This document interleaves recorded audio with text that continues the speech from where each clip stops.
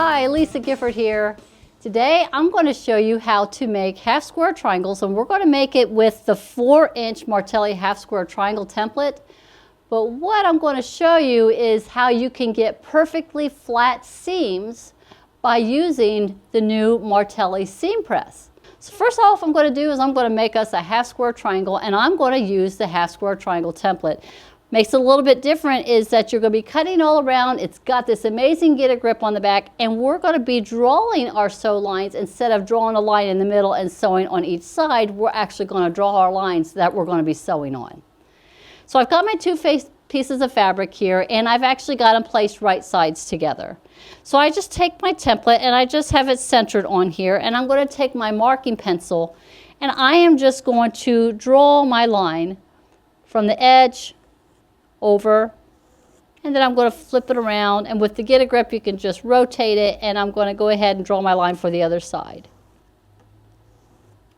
And before I even lift it up, leaving it down, I'm going to get my rotary cutter and I'm going to go ahead and cut all 4 sides.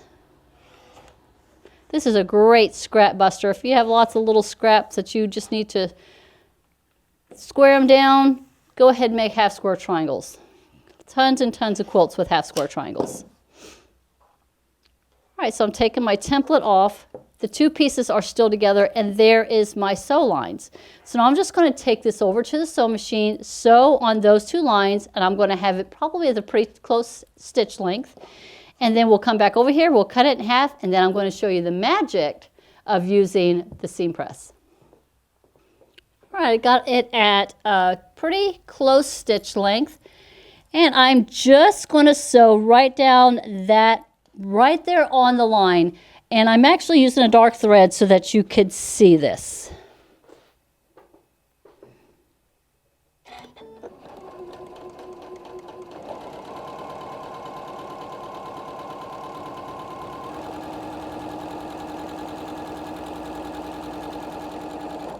When I just sew all the way off to the end, and then I just flip it around. And now I'm going to sew the other side, and I am right on the sewing line.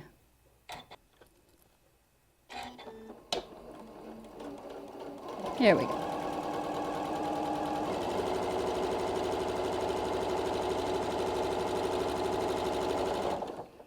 Sewed right down. Now I'm just going to go ahead and get my ruler, and I'm going to cut from corner to corner, and then we're going to press it open. And I just kind of line up the ruler from the corner to the corner. And I'm just going to cut right down this center piece. And now I've got my 2 half square triangles right here. So the only thing left to do is to go ahead and press this open. I'm going to probably press to the rainbow side, which I'm calling that the dark side. And I'm going to show you how awesome using the seam press for this. I like to set my seams before I even roll it back, so I just kind of touch it with the iron, and then I roll it back, and then slide it back here. And then once I get it ironed, I set my seam press right on top of that and move on to the next one. And you can just sew a whole stack of these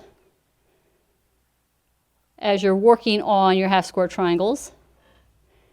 Get it pressed open, and then just set this down on top. So what it's going to do is it's going to reflect that heat and set that seam so that it's going to lay nice and flat. I'm going to show you a couple other examples that I had done earlier.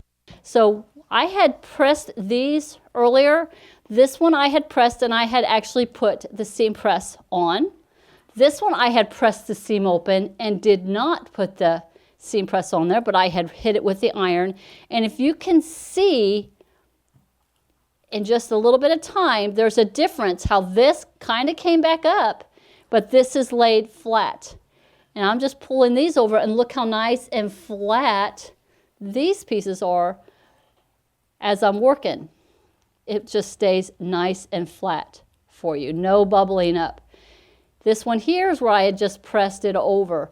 So if I was doing a whole stack of blocks and I wanted them to just continue to work. So here's a couple more half square triangles I had done in a different size.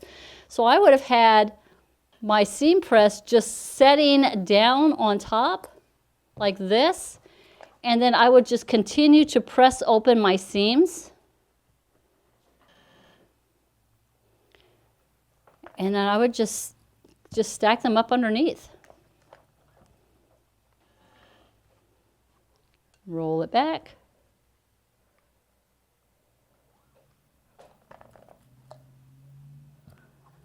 And it just holds them down, and at the same time, it's setting that seam so it's going to lay nice and flat for you.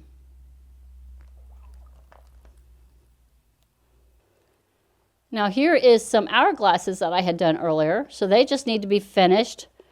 Ironing them back. So the same thing, no matter what project I'm working on, when I get it nice and opened up, then I would just take my seam press and I would just lay it on top. And it's just going to be doing that work for me. It's going to be cooling down that seam. And it's going to be setting it so it's going to lay nice and flat for me.